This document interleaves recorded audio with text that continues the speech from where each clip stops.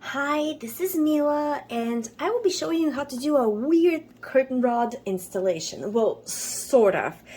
Okay, so let me just give you a bit of background. Usually, when you have a window that's in the middle of the wall, it works out perfectly because both the decorations on the curtain rod can be put on, and they're what stop the rod from going sideways. Sometimes a window is installed pretty close to the wall, which means that if the wall is flush against, you cannot put the decoration on both sides.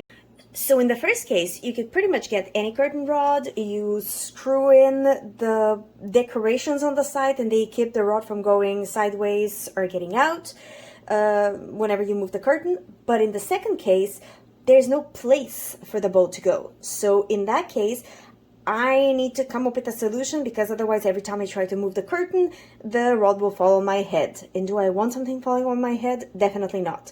Been there, done that, didn't like it. Pardon the mess here. So this is what I'll be using. Those are amazing. Those are double curtain rods that I get from Amazon, and I will be using those ones.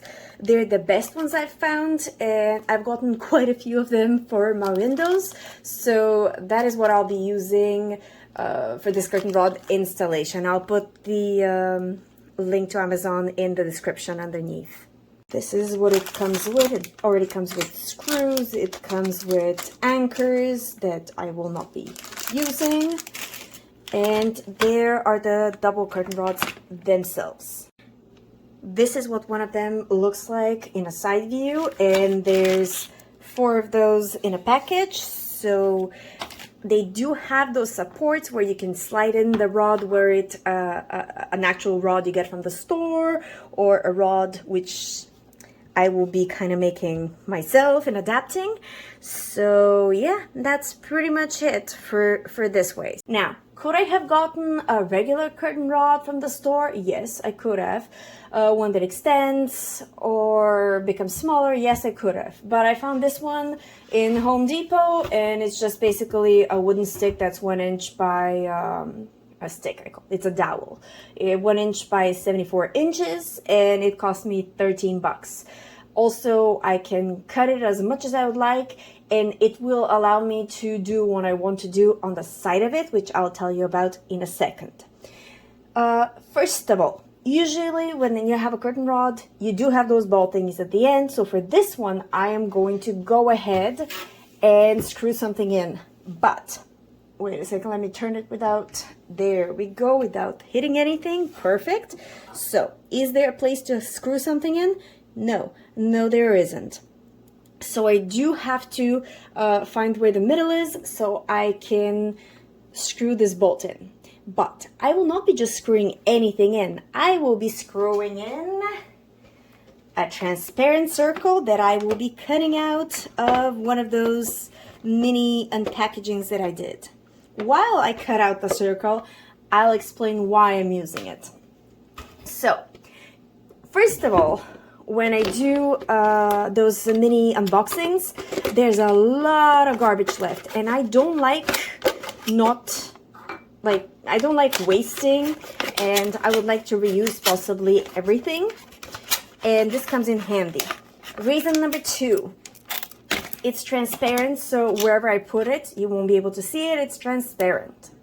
Reason number 3, it's easy to cut out. It's easy to make a hole in, so it'll be a good one to work with. How big do I need this circle to be?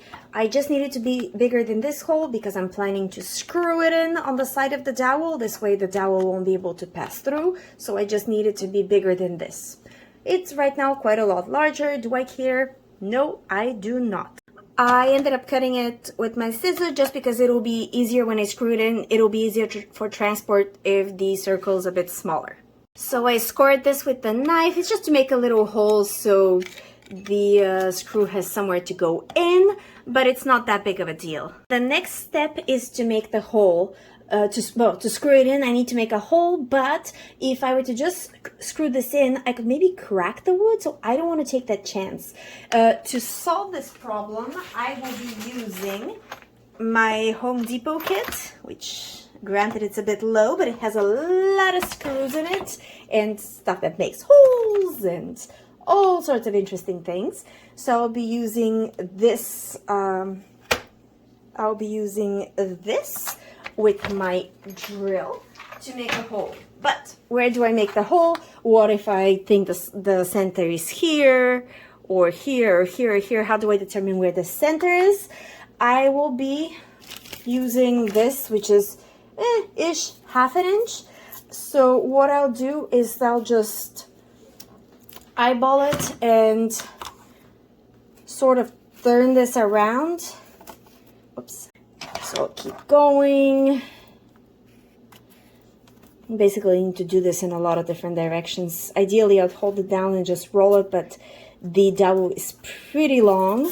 So see, there's like a little hole left in the middle. I'll do a few more, and then I should have found the area of the center. I don't need it to be perfect, so I don't exactly care to do this properly the long way around. But yeah, see, there's a little sort of circle forming. I know that that's where my middle is.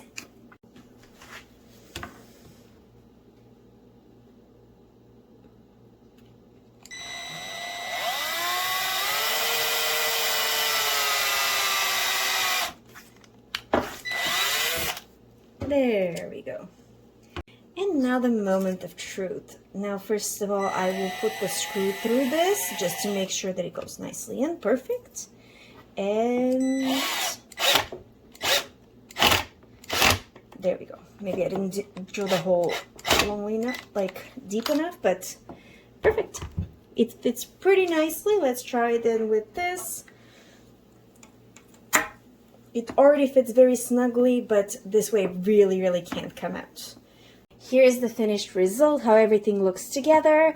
It does seem pretty sturdy, so I'm pretty happy with it. I very much liked using the transparent circle.